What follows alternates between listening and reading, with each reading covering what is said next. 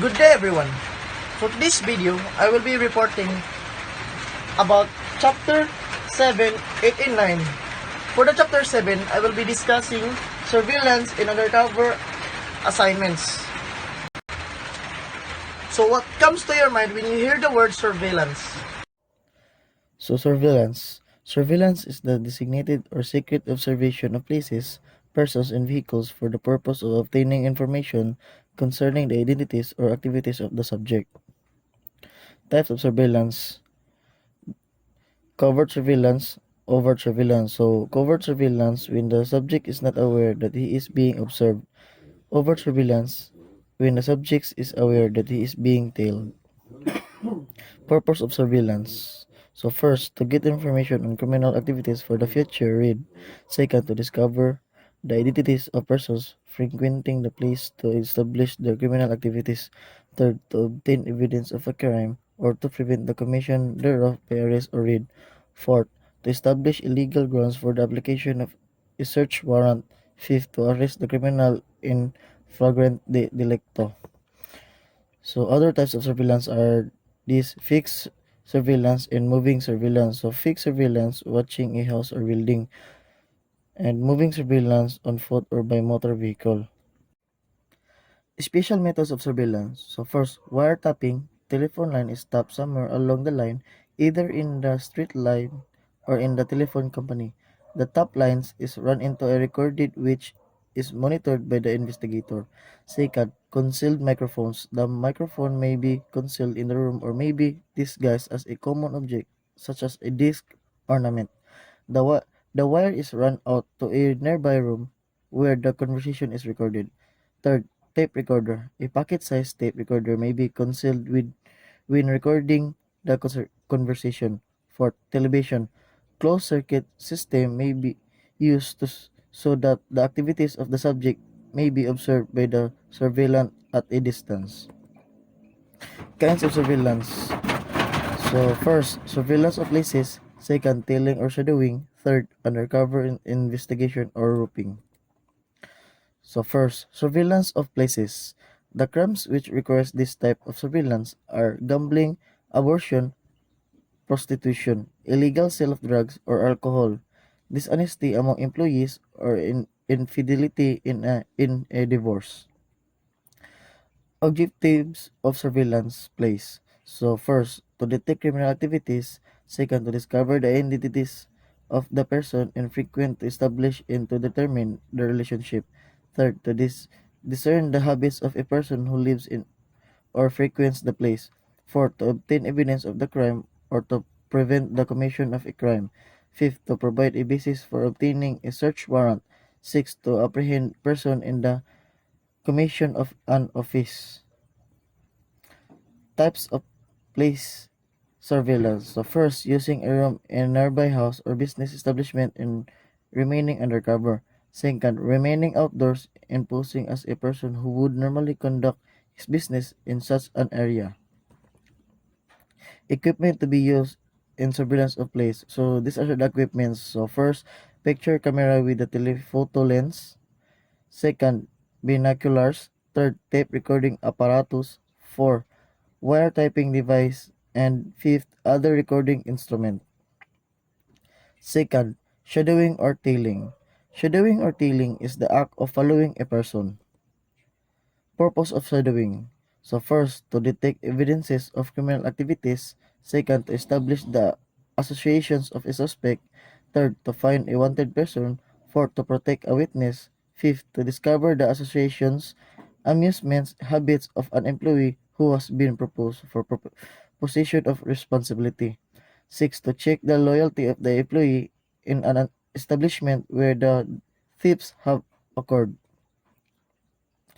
The don'ts in shadowing. So first, don't meet the eye of the subject. Second, don't adopt a slinking, sleuthing, creeping, peeking, hoxo manner.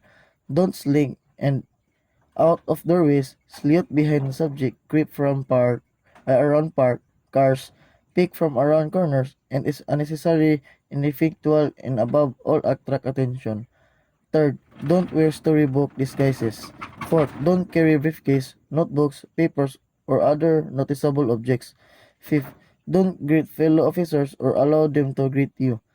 6. Don't make notations or entries ostensive. Objectives of undercover work. First, obtaining evidence. Second, obtaining information. Third, checking informant. Fourth, fix surveillance. Assist installation of investigative equipment. 5. Checking loyalty. 6. Subversive organizations. Detailed information concerning subversive group. 7. Security check. Listen to the conversation on security links or careless observations. 8. Preliminary to search or read, determining preference of contrabands. Selection of undercover work. First, background. A good undercover man must be able to fit to the environment of his assignment. He must be able to suit his speech and line of thinking to that of his associates. Second, temperament. A calm, affable, enduring personality is required. He should have the necessary self-confidence to carry him through the more trying moments and the resourcefulness to adjust to change of plans or situations. Third, intellect. The undercover agent must have I above all be intelligent. He should have a clear view of the subject of the mission and the overall strategy that must be employed in its accomplishment. Surveillant. The surveillant is the person who maintains the surveillance or performs the observations. Duties of surveillant in conducting surveillance. The surveillant should record all activities taking place in the establishment under surveillance. The time of arrival and departure of each person should be noted. Photographs in motion picture, film footage should be numbered with reference of time. So let's now proceed to chapter 8. So we'll be discussing reactive and proactive methods of investigation. So what comes to your mind when you hear the word reactive and proactive investigation? So types of criminal investigation. So these are the types of criminal investigation. Reactive investigation and proactive investigation or proactive strategies. So first, reactive investigation are the traditional manner in which police become involved in the investigation of crime. Reactive investigations are often divided into the initial investigations and the following up investigations. And second, proactive investigations or proactive strategies, which are often covert in nature, usually involve to the police in initiating investigative activities prior to the occurrence of a crime. Through proactive type investigations, the police place themselves in a position to deal with the crime before it happens. Proactive methods of investigation. First, blending operations. Second, stakeout operations. Third, decoy operation. And fourth, interdictions. So let us now proceed to the chapter 9. So we'll be discussing crime scene search. So what comes to your mind when you hear the word crime scene search? So chapter 9. Gathering, recording, and preserving evidence in a crime scene is a necessary job in an investigation.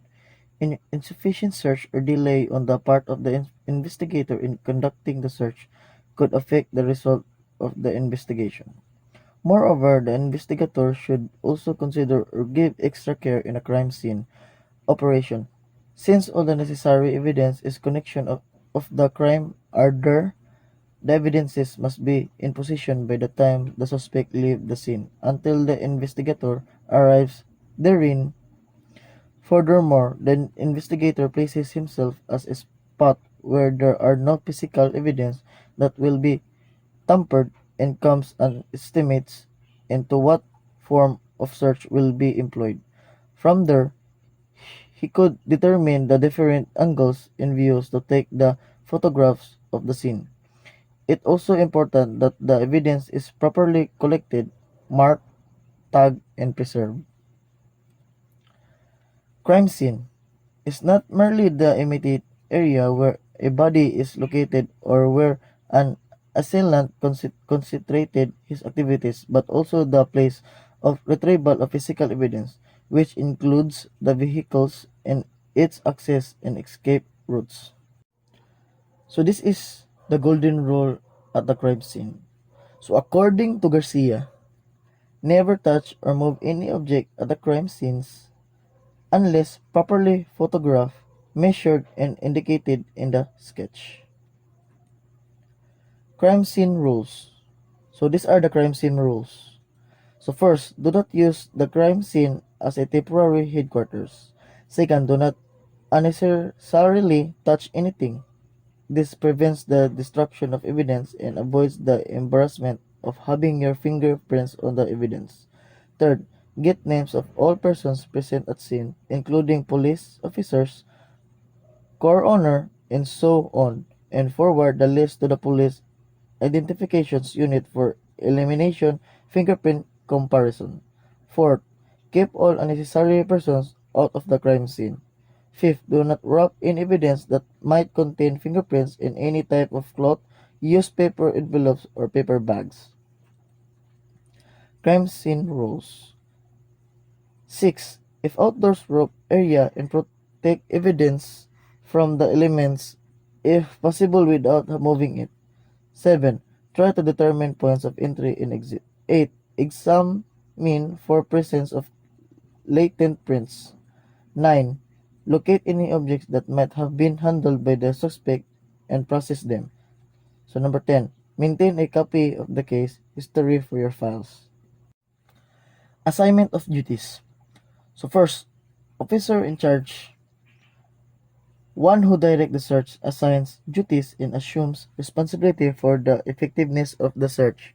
Second, assistant, he must implement the orders of the OIC.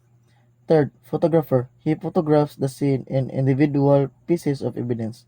Fourth, sketcher, he makes a rough sketch of the scene given a finished sketch.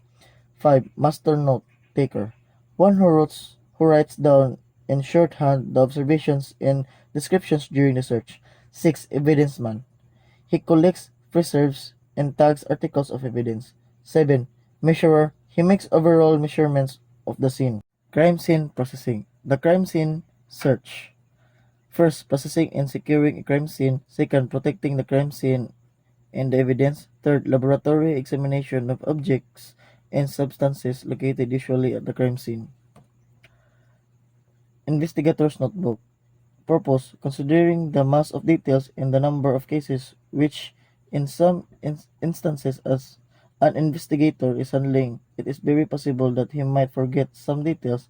Many of the details associated with the investigation, while not essential to the report, might become points of interest to the court when the case is brought to trial.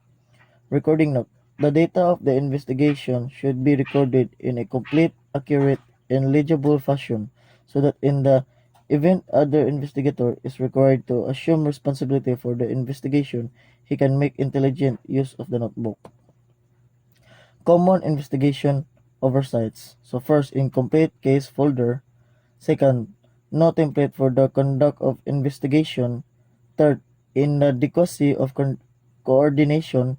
Fourth, failure to prosecute. Fifth, chain of custody. Sixth, less appreciation of electronic evidence.